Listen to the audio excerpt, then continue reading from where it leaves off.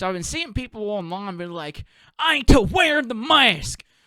Trump ain't wearing them. I ain't neither. I'm like, well, fuck, man. You should wear a mask, but I kind of get it, dude. I used to say the same thing about condoms. Like, Jesus didn't wear a condom. Why should I? But welcome, y'all. Welcome to this week's episode of Talks with Taboo. Welcome to this week's episode of the podcast. I just want to say thank you for everybody listening last week and watching the video. We got some really great feedback on it. So if you're watching right now on YouTube, what's up? If you're listening on the road, howdy. And appreciate y'all coming back, man. We got some great guests this week. Just some really dope people and some fun conversations. So I'm not going to talk to y'all anymore, man. Let's get to it. Come here, girl, 'cause that is back. Let me take my tongue and go back in the dirt track. I met a girl and her booty tastes like strawberries. I swear to God, this could be the one that I marry. Hey, hey, and she's so different. I made that from behind. I met a girl and her booty tastes like strawberries.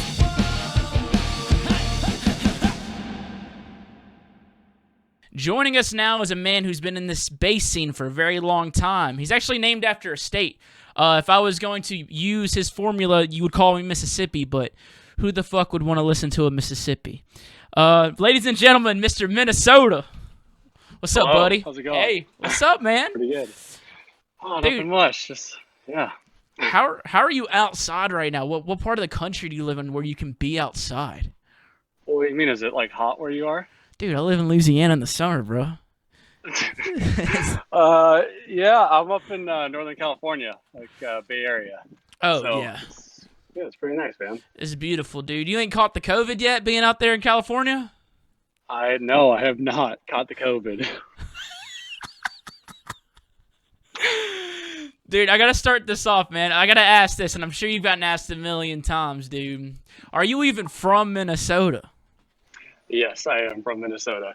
Okay, word. Like, yeah. I grew up out there. I was born out here in California. Grew up out in Minnesota and moved out to Northern California when I was 18. So. Do you ever think like the state of Minnesota itself might like send you like a cease and desist like over your name?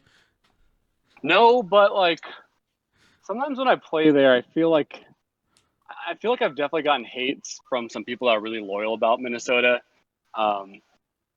and it feels weird playing there sometimes because some people take it very seriously, like being from Minnesota, and they get offended that I don't live there. So that's the only weird thing I have with that. But I think I'm low on the radar. I think I probably show up on like the 6th Google page if you look up Minnesota, so I think the state I should be okay. Like, you don't even live here, buddy. You ain't one of us. You ain't one of our kind. Yeah, accent too. Yeah, you gotta add the accent because it makes it that much more aggressive. It does, yeah. That's really scary. Dude, so also I gotta ask for my own personal knowledge, man. So you got like these deer antlers going on in your logos and stuff like that, dude. Do you even hunt? I do not. No, I do not hunt. I literally don't know why. We just like, I think like 10 years ago, me and my manager were like, we need like some sort of like, I guess yours is a maybe. I don't know what your like icon is, but we were just like, we need something, and we put a few together, and it ended up being the stag. What is yours supposed to be? Probably like just. Wait, I want you to guess. Yeah, keep going. You're about to guess. This is gonna be good. Okay. Well, I know a lot of people call you, a lot of people probably call you TVBOO. So I feel like it's some play off of that. But then I don't think you would do that because that'd be kind of stupid because you want people to say taboo. Right. I don't know, man. Yeah. This is actually my logo right here, but we got a new one that's going to be coming out here soon. But basically, anything that anything beer related, they'd probably be like, "Oh, that's taboo." They're like, "No, that's just a beer." Wait, it's a beer?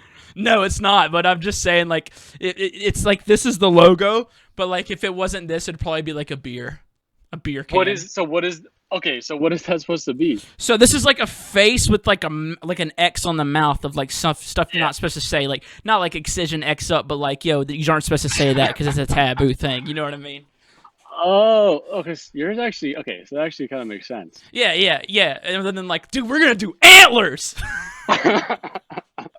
God damn it. You knew I had to talk some shit, dude. I miss you, man. It's good to see you. Yeah. No, I know. I'm ready for it, man. It's good to see you too. I like your setup. The nice wood behind you. Thank you, dude. I like your face. Like, I really feel like I could trust you. Thanks, man. Yeah. That's really kind of you. Yeah. I mean, I just gotta throw it all out there and just let it be known. Yeah. Dude, so before we get to some serious questions, I gotta ask you some dumb ones just to kind of bail you out. Consensually, but So like you're hitting people like with the high and the low, dude. You ever think about taking people to the ground or anything like that? Like any type of holds or chokeouts? Like, do you even like MMA? Like, are you even into that stuff? Or why? Like, if you're hitting in the high and low, like, what about the mid? The mid range is just so open. Like, you don't even know. Like, they're not even thinking about it. Neither are you. And I'm just pointing this out so maybe you're thinking, yo, hit him with the center too, man. What you think, man? That's a great idea, man. I'm gonna consider that when I'm writing new music and looking for like meaningful lyrics. Like high and low obviously has. I'll try to go for some different areas like you're mentioning. It's really interesting. Yo, hit them below the belt. That's pretty catchy too, man. All right, I might have to sample that. You just have to credit me, and we're good, dude. featuring TVBOO. On the vocal feature, you do some of the vocal samples on your tracks, right? Just about all of them, honestly. That's what I thought. Like, it's fun stuff like that. But like I know you said the Strawberries line or whatever. Well, it's a love song. I know. Well, dude, I wanted to ask you because, I mean, so you have, like, all serious, done with the goofy shit. So you've been in this scene for a very long time, dude. You know, you've seen people come and go, but you've stayed, man. But you've also seen this big progression of music, and not only just music itself, but electronic music and how more people have gotten into it, how the quality's gotten better. So I just want to see, like, what is your perspective over, like, the development of the bass scene in the past 10 years, man? Like, compared to 10 years ago today, like, what's the development been like from your point of view? I mean, obviously with time, the production has gotten much better. I don't know, just going through these different trends and sub trends, like when I kind of got into it, just like straight up dubstep, and then trap kind of got popular, and I don't know what's popping now, but I guess mainly everyone has just become such better producers, than back then. There were, I guess, a lot less resources back then to kind of figure out what to do. And I feel like if I were to come into it nowadays, like if I was new, it'd be so much harder to get in because like you have to be so much better now. I feel like I kind of like got in early. I like got my place, but now you have to be like either like just a really good producer or have some really good marketing or some shit. But yeah, just all these. I go on SoundCloud when I'm looking for stuff for my sets, and there's just so much good stuff, and the production level is so high. That's the main thing, Mm-hmm. Yeah, I mean, what are some of your favorite things that you've seen change in the scene? Other than the music, obviously, that's obvious. I don't know, man. That's hard to say other than the music. Yeah, that's a tough. I don't know, man. So out of all, I mean, I'm just curious, like out of all like the changes in the past 10 years, because I went back and listened to I was just like, man, how many years has he been putting out tunes on SoundCloud? I was like, fuck, he has been on this for a long time. Would you say this is like your favorite point in bass music, or was there a time before this modern time, maybe like 2 years ago or 3 years ago, that like, yo, that was shit was sick, or has it just gotten better and better? No, yeah, I don't know if this, like, for me personally, I don't know if this would be my favorite time. Obviously with all the shit going on and all our, all right, over the COVID shit. but my favorite time was honestly when I started, when I didn't know what the fuck I was doing, and I wasn't so worried about like how good everything sounded. Because nowadays it just takes me so long. Like I feel like I know so much more about like making music. It takes me so much longer to get like the tracks done. But like when I first started, it was all brand new. I didn't know what I was doing. I could just pump stuff out. And then just like, I kind of feel like I was I kind of got into it like right as it kind of popped more out of the underground. So I kind of got to go to some cool like underground raves and parties and stuff like that. Now it's obviously mostly in venues and festivals and stuff, which is cool. But I think like I kind of enjoyed it like, yeah, when I was, I guess, younger, but I still absolutely love it now. Um, but yeah, definitely, obviously just weird right now. Um, but I think there's, as I was mentioning, just so many good young producers. I think the next few years, this kind of music scene is going to grow even more, and just the music's just going to get better and better. Yeah, even You know. especially during like this COVID time, like no one has anything to do but produce. You know what I mean? Yeah. Has that been going okay for you? Have you been like making a lot of tracks and stuff? Dude, I've made a lot of tracks, but like Yeah. there was like a week or no, there was like 2 weeks where I was like just it kind of all hit me where I was like fuck, and so I had to kind of really fall. And that happens even whenever shit's normal, where you have those weeks where you're like fuck, man. But for the most part, I feel very fortunate because I've had like that full like drive, and I was just like I got to take advantage of this time. Yeah, I always want that. Like after the tour I was on, I was gonna take a bunch of time off, but I always realized that I actually work better when I have like a show or two every weekend or two, and I can work in between. Sometimes when I have this like long period of time, I just like take too long on stuff. Whereas like when I'm more busy, I can kind of like get that like just schedule going and just get stuff done. So the first few months were like kind of weird for me, and now I'm finally getting into the groove of like getting some shit done.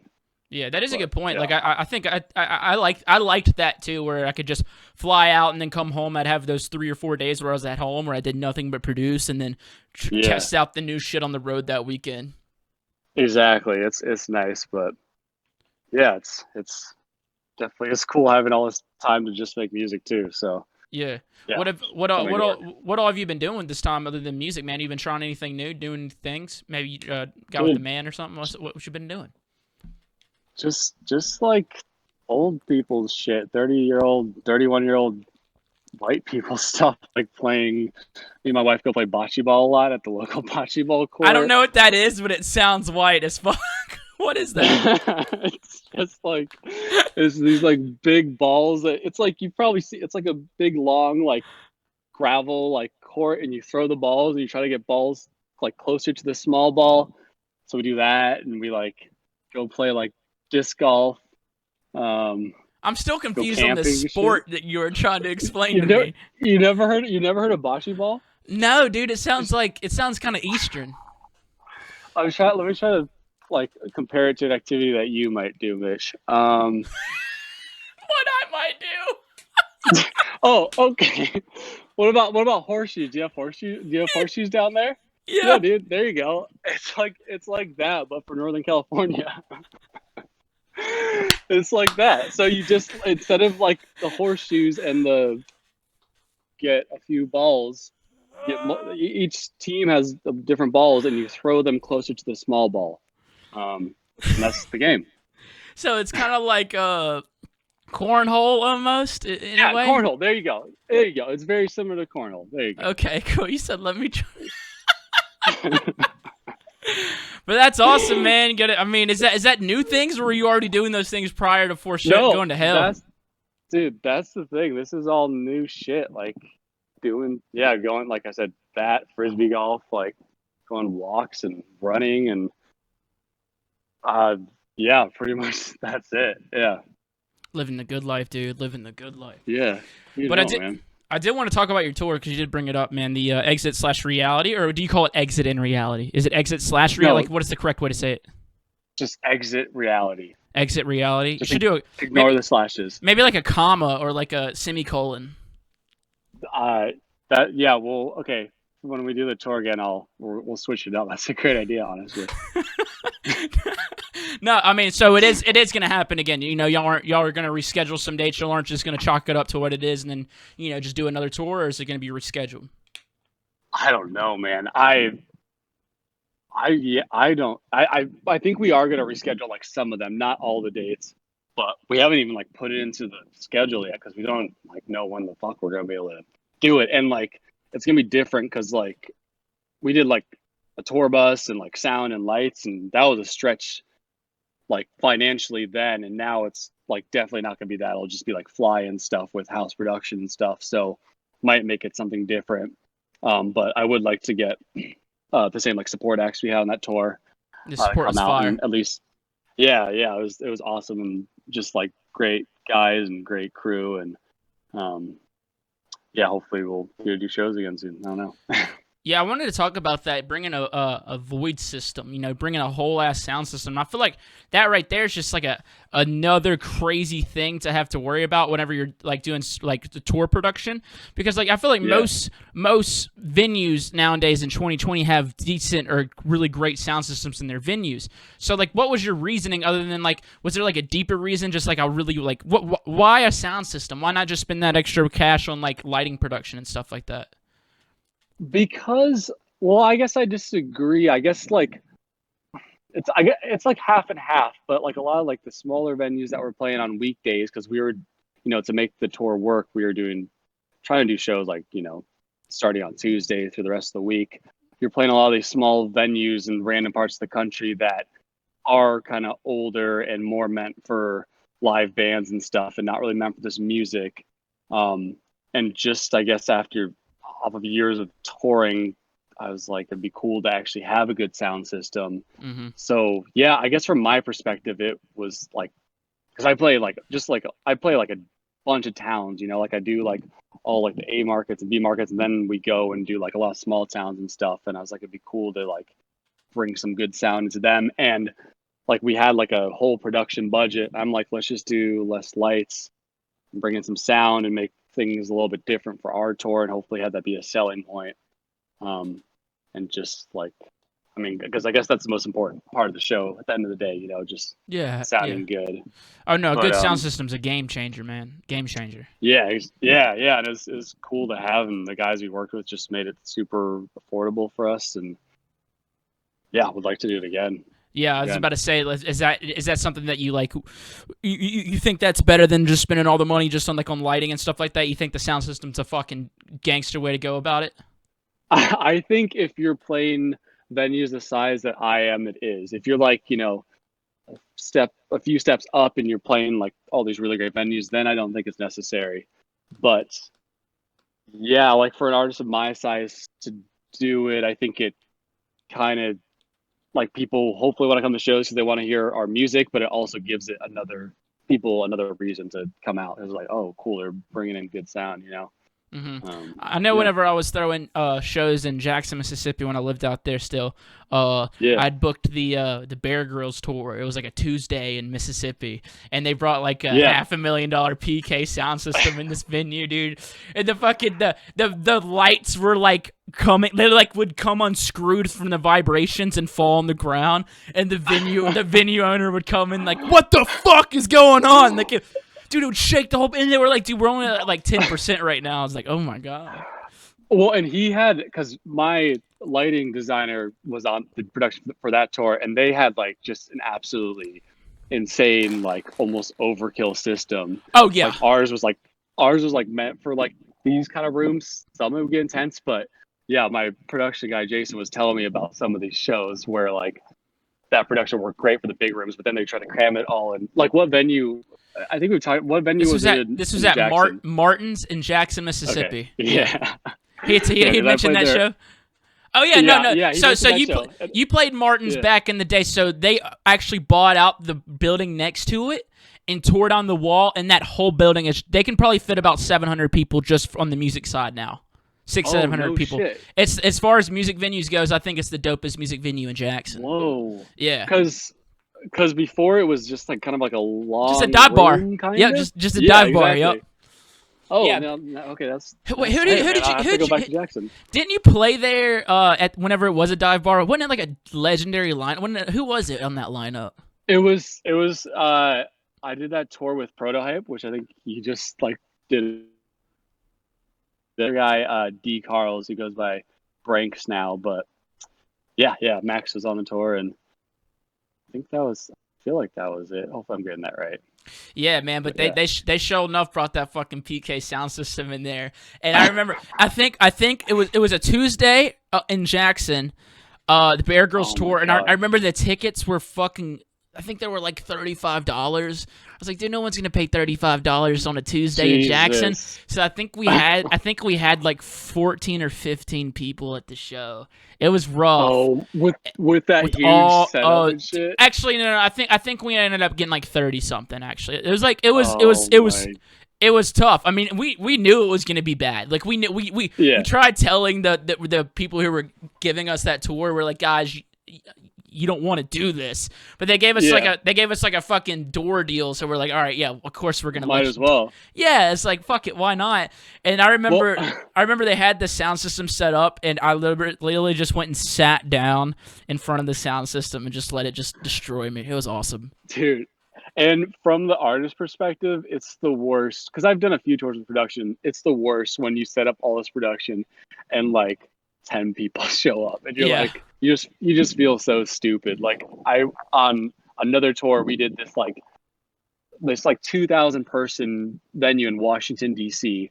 And it was with like G Jones and Jackal. And like, I think we had 8 people there in this like massive venue with all this production. And you're the legendary lineup, dude. Dude, yeah. And you just feel like, I think Jackal was like watching The Simpsons on his laptop while like he was like playing his set. Oh my God. You just feel like so dumb. You're like, oh my God. It's like I whenever I had like residency spots DJing before I was actually touring as TVBOO, and like those residency nights, like we'd have slow nights, so I had to do those nights DJing like 6 hours in front of like 7 or 8 people some nights. You know what I mean? What kind of music would you play? I would do. So I was DJing at a gay bar, so it'd go for anything from like house music to just like pop music, or like the gay bars you can really play anything, honestly.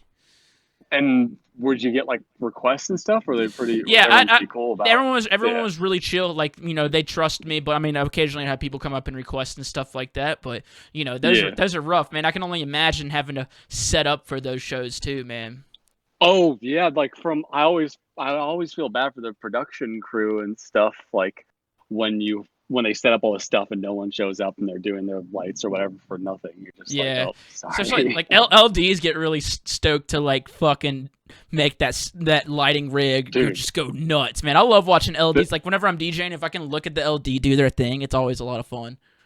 They're so in the zone. Like my LD Jason, he works the most out of anyone. Like he sets up all the shit, and then from the time he's done until the time the show starts, he's just programming lights, and then he takes a little break for dinner and then is back on it.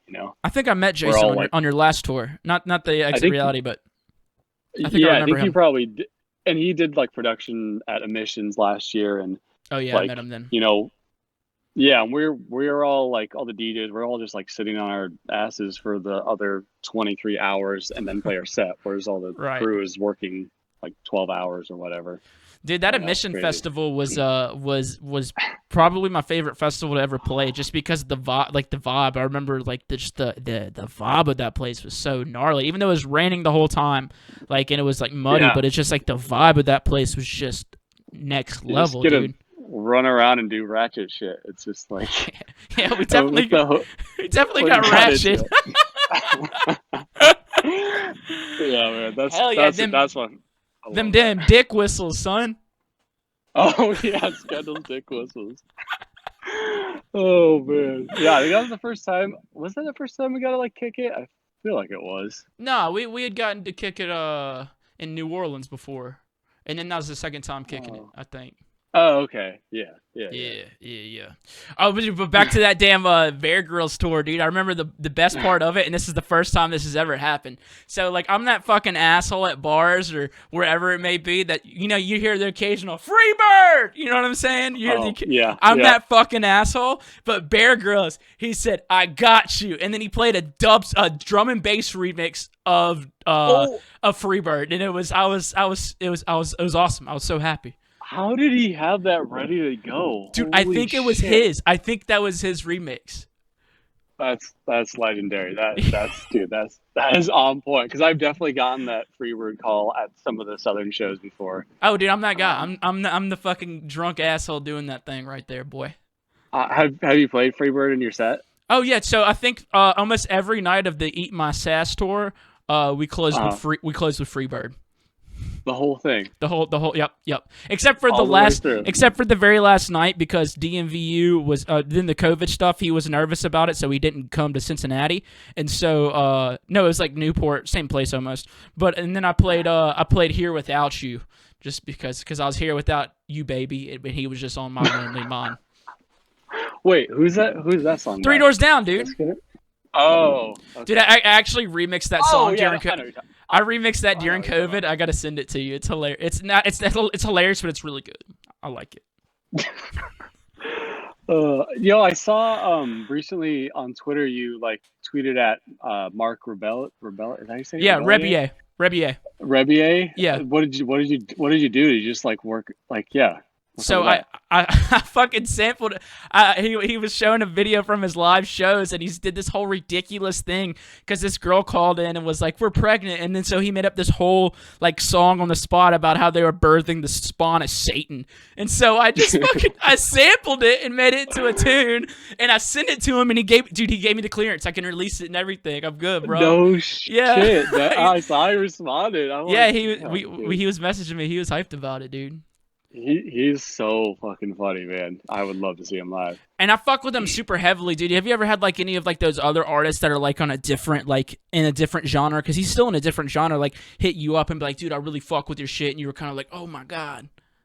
I can't think of a time that I have that would be crazy from someone completely out of like our scene and he's like on the come up for sure, and that would be crazy, man. Dude, I knew he was gonna be a star. I saw his videos when he was playing like in bars for like 40 people, and I was like, dude, this guy's got it going on though.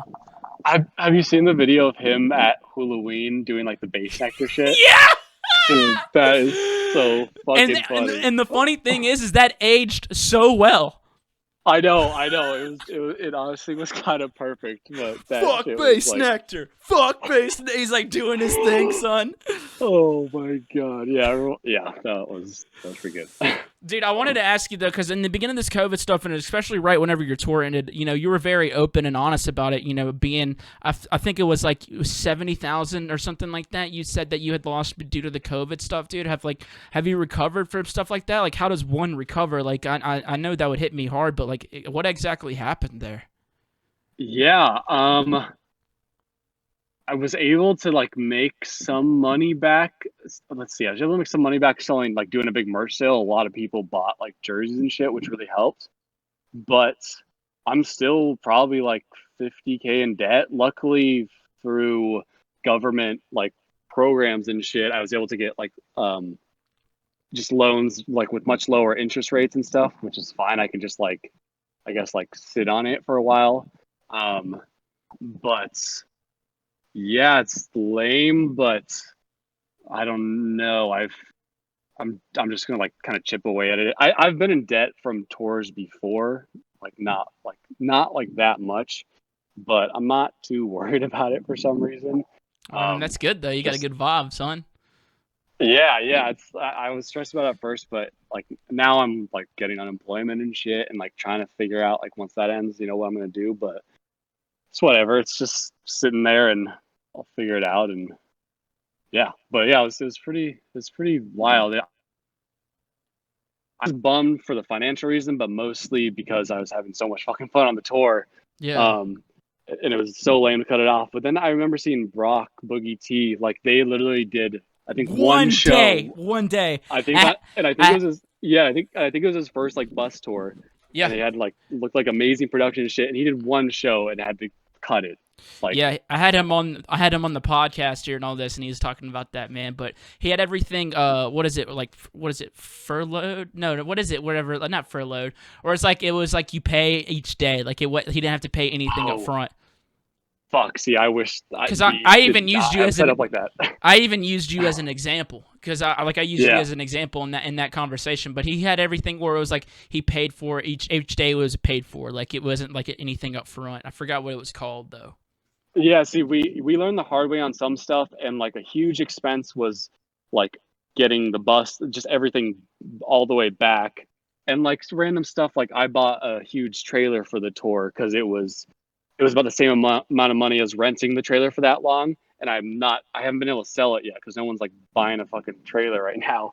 But like I'm bummed about that, but it's obviously awesome that Brock didn't lose money on it, but it would have just like sucked to like you just get started on this like amazing like headline tour and then one show and you're like, oh, done. But I guess Yeah. I'll just pick it up, once it starts. Yeah, dude. So I wanted to ask you about Outer Realms, dude, because I know I would release Cult Classics Volume 1 with you, and I tried to send you a little something recently with the Volume 2 of something, and I got hit with the y'all aren't doing releases anymore, man. What's up with that? And also like maybe go and talk about some of the struggles of doing a label, or like what are the reasons I've taken a break right now, if there are any specific reasons. Yeah, to be honest, like I feel like that whole thing, like my manager like kind of convinced me to do the label, and I was like I was into it, but it wasn't like exactly what I wanted to do. Not that it's like that hard because he was doing like a lot of the work. I just had the like easy job of doing the A&R. Yeah. But I just like I didn't really want to spend that much time on it anymore. And I don't want to sign any more releases until I can, because I would feel really shitty if we like signed some stuff and like just like did nothing with it. So I think it's obvious. I guess it's much better for artists to go to like other labels and stuff. But not like completely done with it. I just want to put it on hold, and wait and see. I've just like the last year, like music wise, like I've had like a bunch of like long periods of like writer's block, and I've just wanted to like completely like try to get music done and not like do anything else. Yeah. So that's kind of why it's on like I guess like on pause for now. Eventually want to get it back going, but yeah, just not too into it right now, I guess. I feel you, man. Yeah, I had some people by the name of Beard Thug hit me up. They're like, "Yo, you got an email for the Outer Realms?" I was like, "Yeah, they ain't doing releases right now." Wait, So, say Beard Thug. it cut. Oh, wait, who? Beard Thug. They were on the Cult Classics EP. We did the song Yes, IDK. okay. IDK. What the fuck? Yes. Okay. Yeah, and I've got a few people hit me up, and I have a homie that actually is like wants to come and help do it and like completely like do everything, except for like just like send the releases to me, which I think would be cool. And I think that's how like a lot of artist labels are run. So it'd be cool to have that. Like I have my manager like who does a bunch of shit. It'd be cool if I could just have like someone that just did the label. Yeah. And I could just like see if the music's dope or not, say yes or no. So maybe eventually that. I don't know. Right on. Well, I do want to say, man, I do appreciate you. Whenever you were doing releases, you putting out Cult Classics, man. It was a fantastic EP, and it did really well. So I appreciate you, dude. Yeah, it was odd. Were you the first? No, you must have been the second. It was Pigeonhole was the first one. Yeah. Yeah, we had some good. We had your release. We had Pigeonhole, and then we had Ablation. Mm-hmm. Some good stuff. Which brings me to my next question. All right, dude. Pigeonhole, Ablation, Thelum. You got to kill one, marry one, fuck one. Go. Oh my gosh. Okay. Dude. I'm not just saying this. These are all like the nicest dudes ever, too. Like almost like too nice. I know. Oh my god. Okay, marry, fuck, kill. Okay, I would marry Ablation. He's just a sweetheart. Yeah.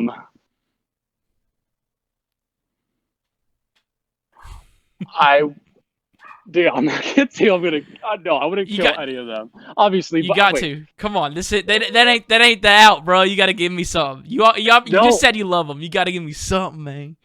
Okay. Oh, dude. Okay, I gotta come up with a good reason. Okay.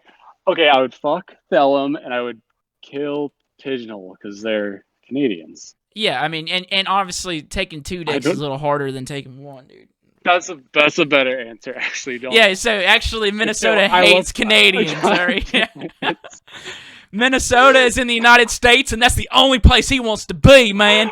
Oh, wait, Thelum's English, though. Who do I like? No. I think he's French. Okay, no, he might be English. No, he's French. No, he is English. Yeah. So basically, Minnesota just doesn't like foreigners. Oh, God, here we go. I'm joking. Oh, my God. Nah, man. That's good, though. I like those answers. I just have one more question for you, and you know, I just appreciate you coming on my podcast. So, like, you know, Yeah. you've been, you know, in this scene for a long time. You've become a guy that can give a platform to people. You know, you've done so with people like me, like Pigeonhole, like Ableation. You know, mentor to some. And I was just wondering, like, being in the scene, like, who was that mentor for you? Who was that person that kind of gave you like that kind of help or gave you a platform? Yeah, initially it was probably bass sector, I'd say. He like when like pretty soon after I started putting stuff out, he started playing it live, and that kind of got my music in front of a lot of people and got me kind of helped. It was a small part in getting me like an initial fan base. And he would like we would back then we would chat on the phone occasionally, and it was really helpful. He would like on one side he was like very kind, but on the other side he'd kind of like pump me up for stuff that never happened. Um, so I would say maybe him at the very beginning, like in a very small way. Um, Other than that, I'd say more of like maybe less mentors, more of like a bunch of people like figuring it out at the same time. Like I kind of started making music around the time that Greg G. Jones made it. We both lived in Santa Cruz, and like other Santa Cruz producers, Northern California producers, I guess we kind of worked together figuring stuff out rather than having a mentor. But yeah, I don't know. Did you and Mr. Bass guy, did y'all still like chat, you know, recently, like, you know, the past couple years, or did y'all lose touch after a while? No, he would like occasionally like shoot me a text, but like when I say occasionally, like once a year if I'm lucky. But yeah, there's all the shit with him is weird, and like he always I don't want to like talk shit or anything, but maybe I do. He always kind of seemed to have a chip on his shoulder. Like I remember randomly going to dinner in Oakland, and he was sitting like a seat down at the bar, and I was with my wife, and she was like, "Oh, I think that's Bass Center over there." And so we're like, "Oh," said hi, and then we ended up sitting next to him. And I remember like I had been working on this visual set thing that I was doing for this other tour, and I was saying that I was like really inspired by what G Jones was doing, and he like cut me off, and he's like, "Well, you know, like Greg like kind of like took what we were, or like was inspired by what I was doing and all this stuff," and I'm like, "Dude, you're like this huge artist. I'm Yeah. just like I'm not like saying anything bad about what you're doing. I'm like it's weird that someone that's this successful and famous basically is like getting offended by like kind of like shit like that." Um, but yeah, in the past few years, haven't really kept up communication. Um, yeah, I don't Well, know. right on, right on. One more question, actually. Are you gonna you know, you got the man bun going on right now. Did you ever thought about just like letting that bitch out, dude? Let it come Yeah, out. Let it out, dude. Let's it, go right now, right oh now, god, right now. Let's see it, dude. Fucking. dude, yeah, no haircut for COVID. It's getting long, baby. Look at Uh, that. yeah, dude. It's pretty. I see you It's trying pretty to take glorious. pigeonhole style, bro. I Awesome. know. Oh, you're right. He's getting like done with that long ass shit. See, it's not too bad though. Yeah, my Nah. wife just cut my hair actually, or she did the side. It's pretty good, huh? Yeah, dude. You look fantastic. Well, Thanks, look, man, man. I really appreciate you coming on, dude. I just got to say, like, I really love all the stuff you've done over the year. I really respect all the stuff you've done. You know, you've actually, you know, helped me out, you know, gave me a platform, even whenever you didn't realize you were. You know, just like doing a tweet or something like that, you know, like a year or two ago, you know, stuff like that really does push a lot. And I love your music. I just love being around you as a person, man. So I just want to say thank you for you doing what you're doing, man. Thank you, man. Thank you for having me. I can't wait to see shit that you end up doing, and just all the obviously the music's amazing, but comedy is like on point too, man. I just love it. Love hearing your shit, love hanging out with you, and love you just roasting me. I roasted the fuck out of you at admissions, I dog. know on admissions. That's what I was getting prepared for today, like for you to like hit me with some shit. So that's why I was a little nervous, but Nah, man, yeah, I just want to chat with you, man. yeah. You can hit me with one if you can think of one off the cuff if you want. Dude, you look like the guy who shows pictures of his children in the office, but the kids are in high school. Like, you know, whenever people have babies and they're showing pictures of the babies, like you never Yeah. left that phase. You're still in the. You're like, look what my son was wearing today. And you're like, who gives a fuck? He's a senior. Oh my god! All right, that's good. Dude, lastly, I was trying to like think of roast of you like in the shower. I can't come You were up with thinking this of shit. me I in the don't know. shower. You look like the No, I guy was that. like, dude, God damn it! Oh my god! Yes, I actually was.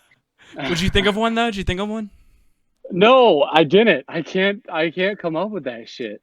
Damn, Like bro. the only idea I had is like if this was going to be a thing where it's like at admissions where you just like keep the roast coming, then I would like try to do the technique where you like say the really nice roast, like where you're just like you Complimenting compliment me. them. You're Like just cause I saw dodging it. exactly. Cause I saw like one roast of Comedy Central where one comedian did that as the funniest shit ever. It wouldn't be Oh, funny if okay, I word. did it, but yeah, I It don't know, might be, man. But dude. thank you for having me, man. This was, I this was really fun. really. I'll talk to you later, buddy. All right. All right, see you, man. Peace out, dude. Oh, and that was Mr. Minnesota. I love that guy, dude. I don't get to see him enough, dude. I think I've only hung around him like 3 or 4 times, but every time I've been around him, it's been such a great time.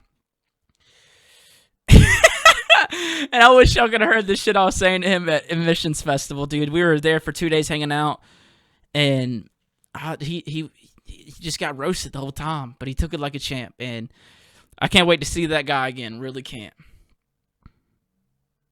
But oh well, let's get to our next guest. Joining us now is a man who does all the queer bass music for all the gals and gays. He has a stone cold look like Medusa. Ladies and gentlemen, Mr. Wreckno. Hey, what's up, dude? Woo! Woo! Yeah! Yeah! we got the gays on the TVBOO Talks. I'm so proud. I literally have like watched your stuff on and off in the last year a lot, so this is awesome. Well, I appreciate that. Well, the gays have always kind of been here. I mean, because I'm the host, so yeah, that's there's true. there's been like half a gay at the helm of it the There's entire been time. fruity tendencies no matter what. So that's definitely confusion, but also okay with it at the same time. Your bit about like why you love a strip or why you love gay clubs, because like your girlfriend will be like off dancing and then you'll be like in the bathroom getting your dick sucked. That was like my favorite thing in the world. I was like, hey, this man gets it. Oh hell yeah! I didn't even know you were at that stand-up set, man.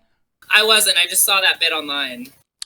Ooh, someone put that bit online. I gotta fight somebody, bro. I had this whole bit as to why you shouldn't record at stand-up shows. That was probably right after the one that they recorded. It was. I saw this lady who was recording, and I snapped at her for recording. But it is what it is, man. I'm coming out to you guys right now. Will you fucking stop? Yeah, right. But how you doing, man? How you doing? You looking good. Thank you. I'm good. I didn't get much sleep last night because I've been working on a mix, but I've been really good. It's just like quarantine, so I know we're all going through like as artists, just having all of our like kind of growth stunted for a moment. But also in the middle of quarantine, I feel like I've been doing great. Just like considering the Grizz collab and everything, I feel like I've been very lucky compared, to some aspects, I guess, of it. Right on, man. You brought up the Grizz thing, and I was gonna ask, man. So how did you get connected with Grizz, and how can you connect me with them? Last half of that was a joke. Yeah, put in a good word for me. But yeah, how'd that whole thing get connected, man? How'd that all happen? Sorry, can you like cut out my burp? Anyways. Nope, they got it. You don't have to do that. Nope, they got it. I met Grant through Muzzy actually, because I was like good friends with Muzzy's old roommate, and this was probably in 2019.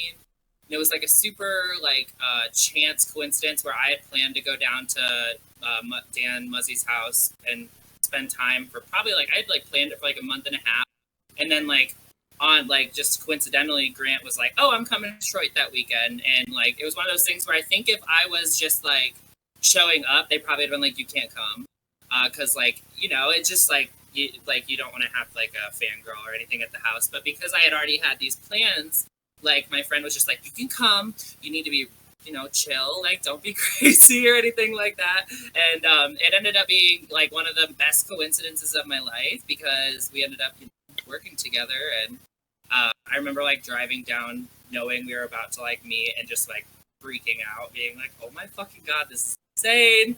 And now a year later to kind of have him finally reach out and be like, hey, I see what you're doing. Let's, finally work together. It has meant a shit ton to me. Yeah, man, that's wild. I know whenever I met him, I was like trying to play it cool. I was like, yo, dude, love your shit, bro. But inside, I was like, ah! Yeah, it's definitely, I honestly, like, in the last year, I've had a lot of, like, training in how to, like, humanize people I've looked up to for a while, because you want to be able to, like, talk to them like normal people and not just be like, oh my god, fucking Grizz! Like,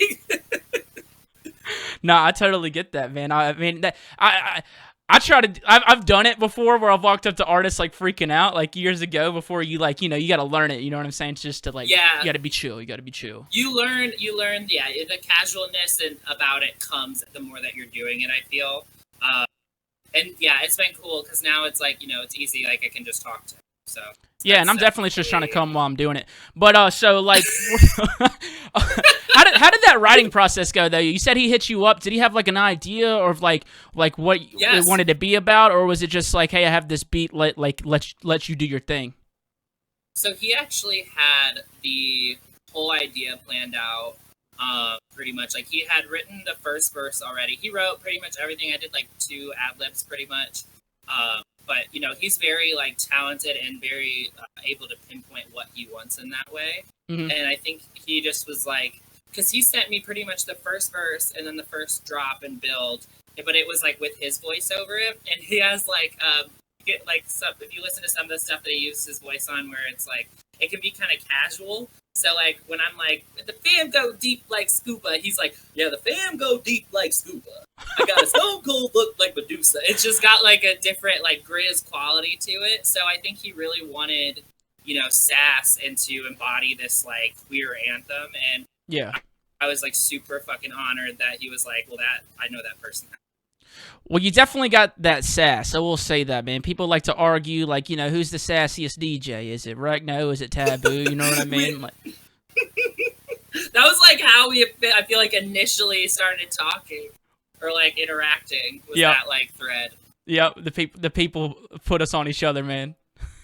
Yeah, they're, always, like, pitting, gays against each other. We can't escape it. Dude, you should totally leak that Grizz version of him rapping on it. Just like totally put it out on like anonymously. Like it definitely wasn't me. Like, he's like, I literally always sent it to you.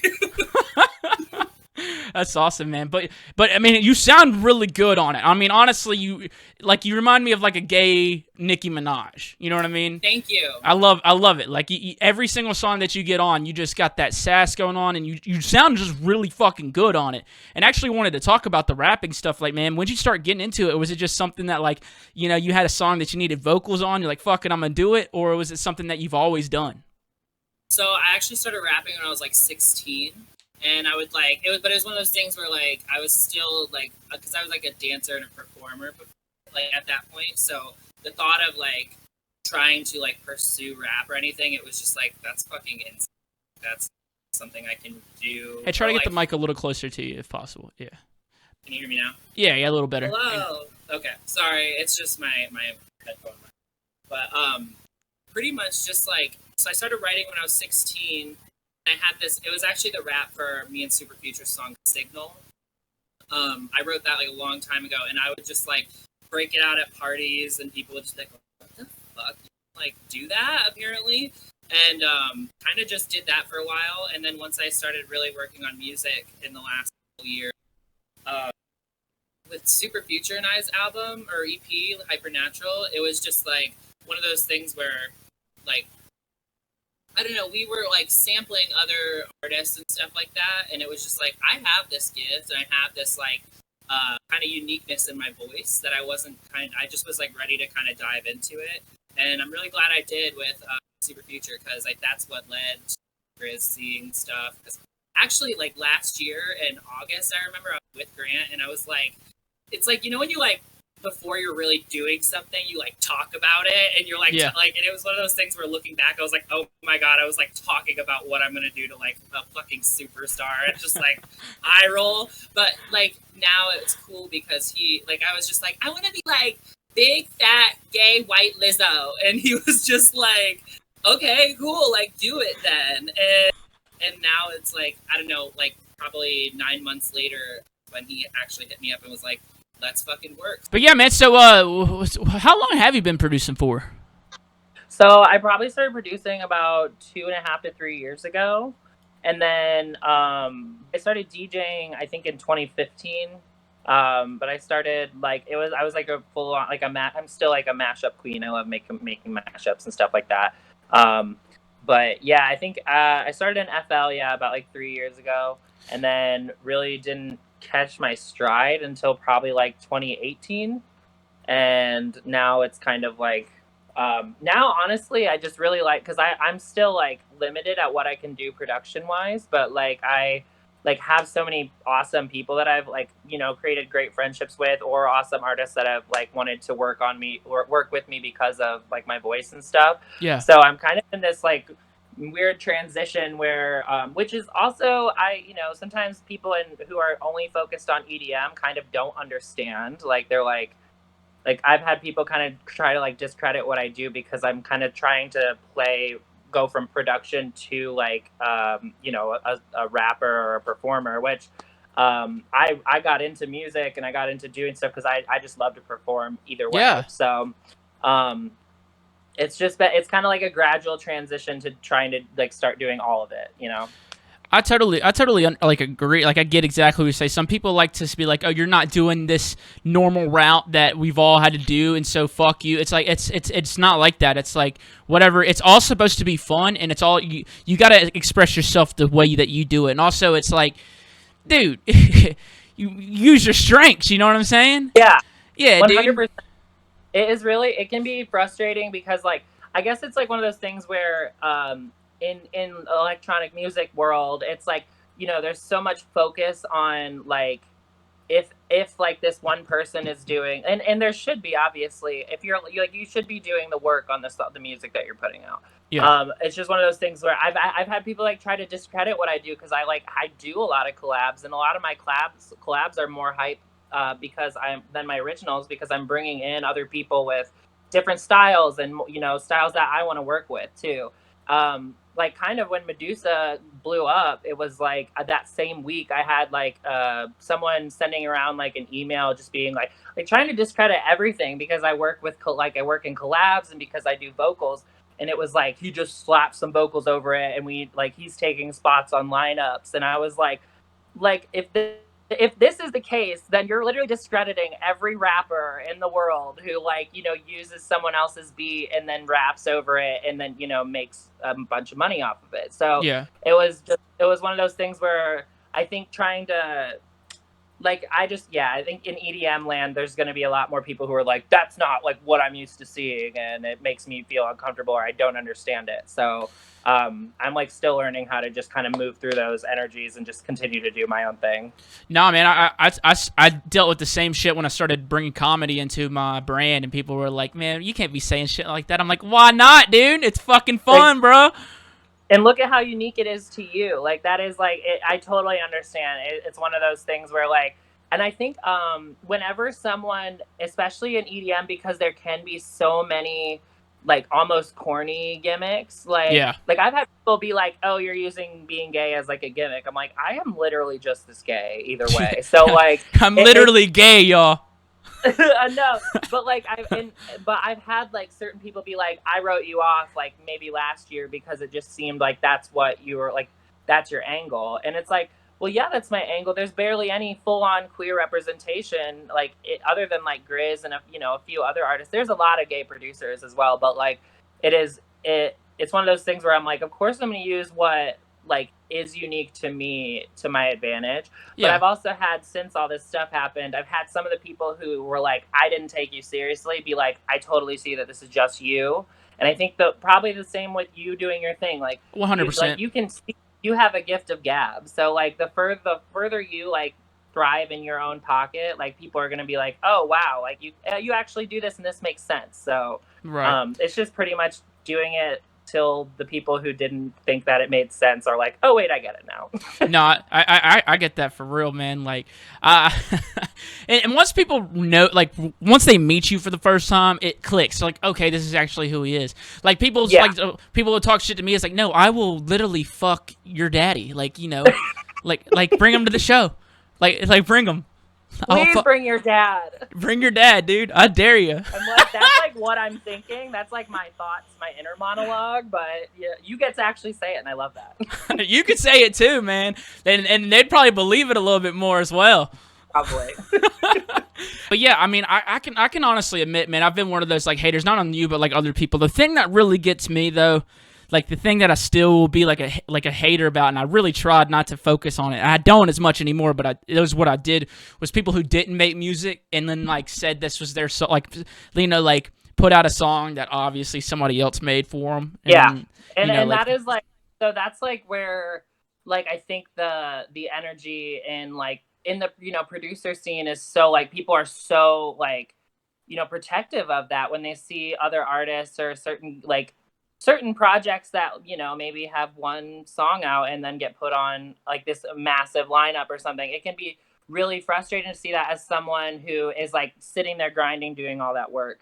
And yeah, I definitely, I've had the same issues, and I've had the same people assume the same of me. And I feel like it's, that's one of the things that's been frustrating, because like pretty much every collab I've worked on, like I've been an integral part of like where the direction was heading and like what the end outcome was going to be. So, and also I totally understand. I think like the inner, like, you know, cynical person inside us sometimes like just wants to be like able, like man, fuck you. You know what I'm saying? That's what we want to be. Man, fuck you, son. Yeah. Exactly. It definitely be like that, especially if you're like, it's a competitive, being competitive in this it's sometimes like, I have people that I'm friends with now that like maybe last year when I was making like no money last year when I was doing gigs, because I was really just trying to like go make a name, honestly. Yeah. And there were certain people that I would see just kind of like, because of their booking agents or because of, you know, who they knew, you'd see that they had a leg up, and I would be like resentful. And then like I finally met them and I was like, God, shut the fuck up. Like, who do you care? And if you really care about it and you really pursue it, like, you know, and find what is unique to you and what will connect with a listener, like, you know, you're gonna be fine. Yeah, I mean, it's all a learning experience, man. You just got to keep on rolling with it, dude. And I have seen it. Like, I've seen, like, you know, the people, like, I've seen you address it before. Like, it seems like it gets to you at some times. And every time I see you say something, I always try to get in there and be like, hey, dude, fuck them, dude. Because you're gonna get haters, man. I got mad haters, dude, but haters are dope. Because, you know, you didn't have haters when you weren't doing shit, did you? No, exactly. Because that's the switch, is going from when it's like, oh my God, I was so under the radar that nobody gave a shit to like scrutinize. And then that was the really hard part, like right after Medusa released, because I felt like it was like a few days of like just three very specific things and different separate versions of like hate or like calling out and stuff. Mm-hmm. And it just was like going from, also mind you, I'm like a fan turned like what I'm doing, so like I still like read everything on my phone because I just like a normal person on my phone. So like there's certain stuff where you're like it's kind of I'm retraining my brain to be like, you're gonna see some shit online that is going to be people who don't know you speaking about you, acting like they know who you are, acting like you're actively trying to like steal from other cultures, or like it is really I'm definitely in the middle of still reading my brain to just be like, hey, that is almost a good sign, because people are talking about you either way. So it's good, dude. I like talking shit back. Not like defending myself. I'm like, what's up, bro? Come on me. I mean, at me. Yeah. So do you think being a gay man during all this makes it any different? Do you think people like view you a little differently? Like, say you are having success because you are gay. They're like I know we live in a very like open-minded time. Even in the electronic scene, everybody in the electronic scene is very open-minded. Like, no one gives a fuck if you're gay or not. But I'm just saying, like, I'm like, but has it affected you at all? Like, have people treated you differently because you are a gay guy? I think I would say the main thing I've experienced is that it's been mostly straight men who have just been like, I won't take that seriously. And I feel like it is the same type of energy that some men put towards females when they see them making it in music. It's not the same, obviously. We're two different struggles, but Yeah.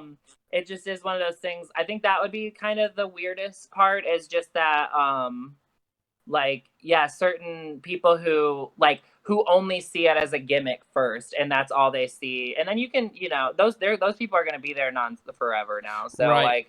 like, but I haven't really experienced any like homophobia or anything, which is great. I've had a little like, okay, so like you mentioned like queer based music for the girls and gays. I actually just changed that slogan on my account because I had a few straight men message me and be like, is this not for straight men? And I was like, how straight of you to ask me that? But no, but like, it's one of those things where that's the opposite of what, I'm not trying to be divisive in any way. And I guess that was a little ignorant of me. It was a little ignorant of me for me to say that people don't give a fuck if you're gay in this scene, because honestly, I don't know if they did or not. As soon as I said, then you started talking, I was like, man, that might have been not the smartest thing that I've said. Oh, you know what I mean?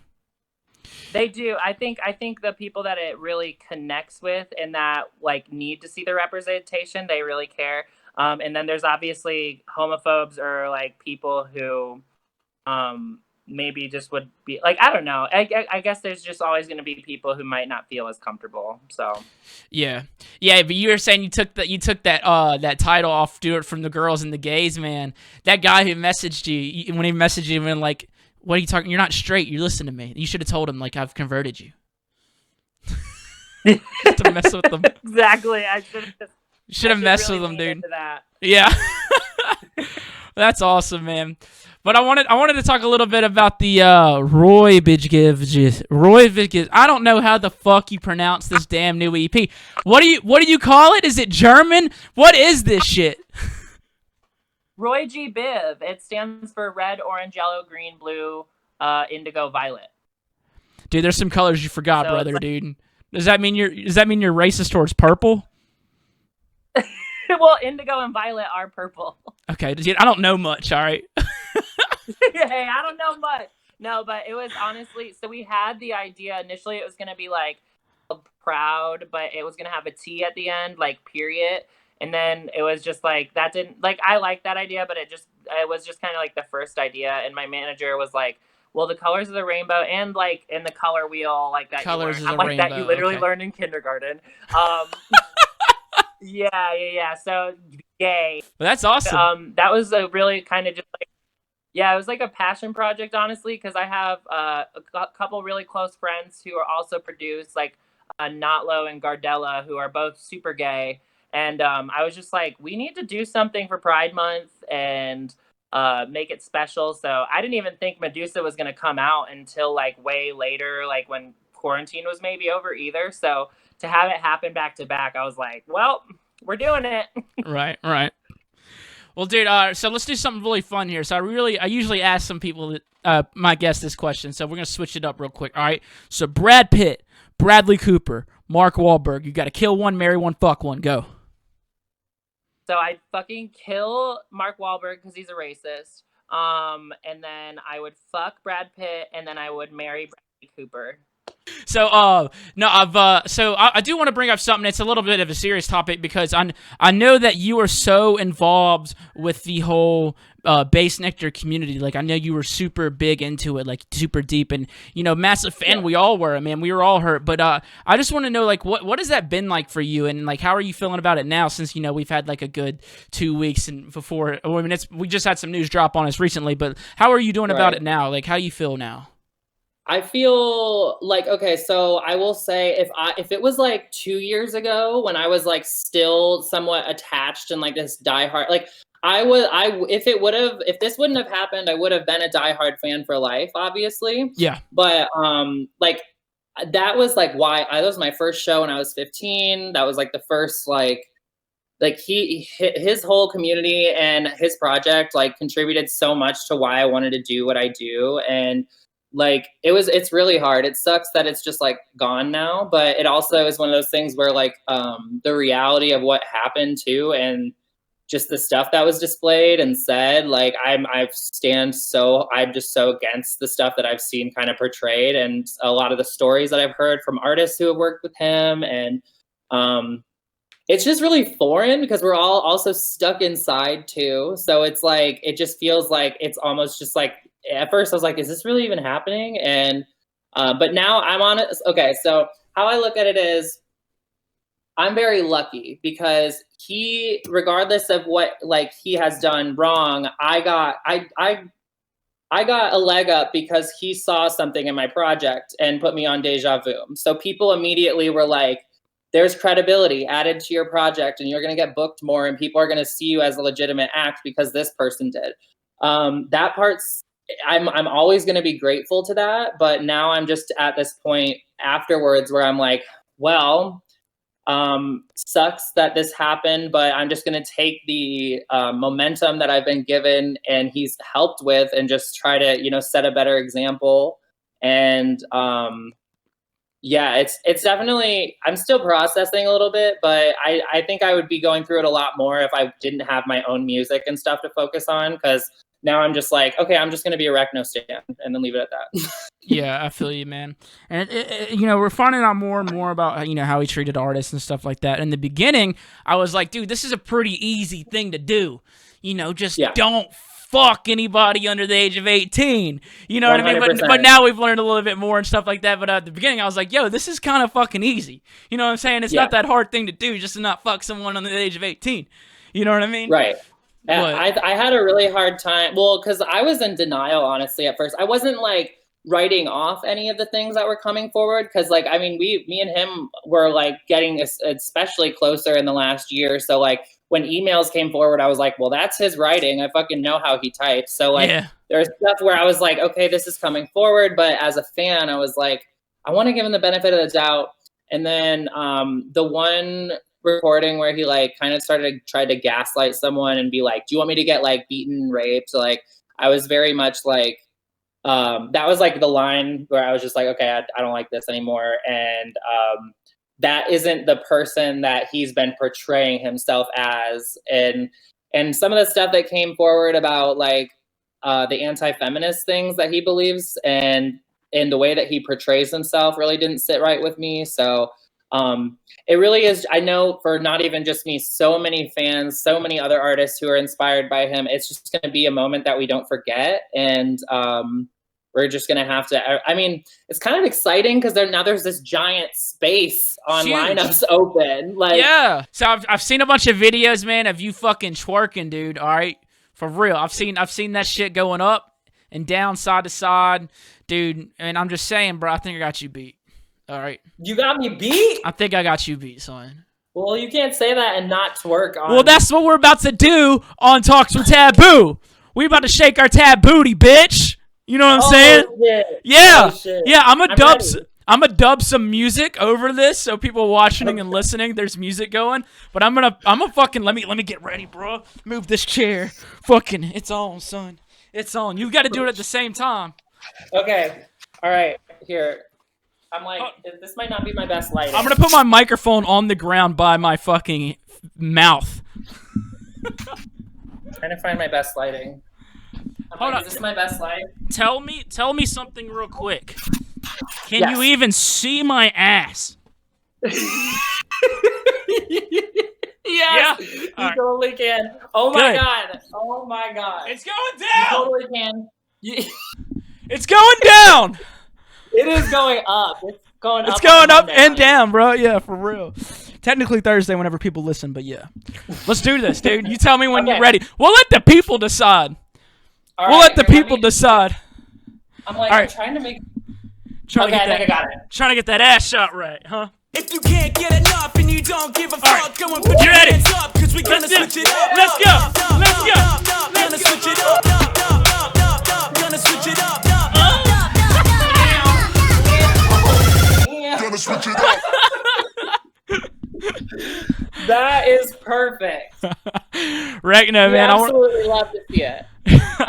I want to thank you for coming on my podcast, man. I really appreciate it. Of course, dude. Thanks for sitting with me through the technical difficulties. It's all good, man. We still got it, man. We still got it. I love it. I can't wait to see that. Definitely also definitely make sure also I cut this out, but make sure to send me the video that you post with it, and I'll post it to all my I'll send you all that stuff, man. I just want to say I really appreciate all the stuff you're doing in the scene, man. Really just being that big gay presence, you know what I mean? Like I really dig all you're doing. I love the rap stuff, man. Keep it up. It's fucking awesome, man. Really love it. Thank you so much, Mitch. I really appreciate that. All right, buddy. I'll talk to you later, all right? All right, sending love. Enjoy your day. You as well. And that was Wreckno, everybody. Man, we had some technical difficulties, but we got through it. And I really enjoyed that conversation. And I want y'all to tell me who could twerk better. All right? Oh, man. What a good God, though. That was actually our first time talking. We've talked online many of times, but that's like first time seeing each other face to face, even though it's just through a screen right here. Well, it's still really cool, man. And who was it? DMVU that said instead of gay, young, rich, gay, and handsome, he was like, I'm old, poor, straight, and ugly. But fuck yeah, dude. That's gonna be it on this week's episode of Talks with Taboo. I really appreciate everybody listening out there. Y'all be good, take care of one another, and I will see y'all next week. Peace.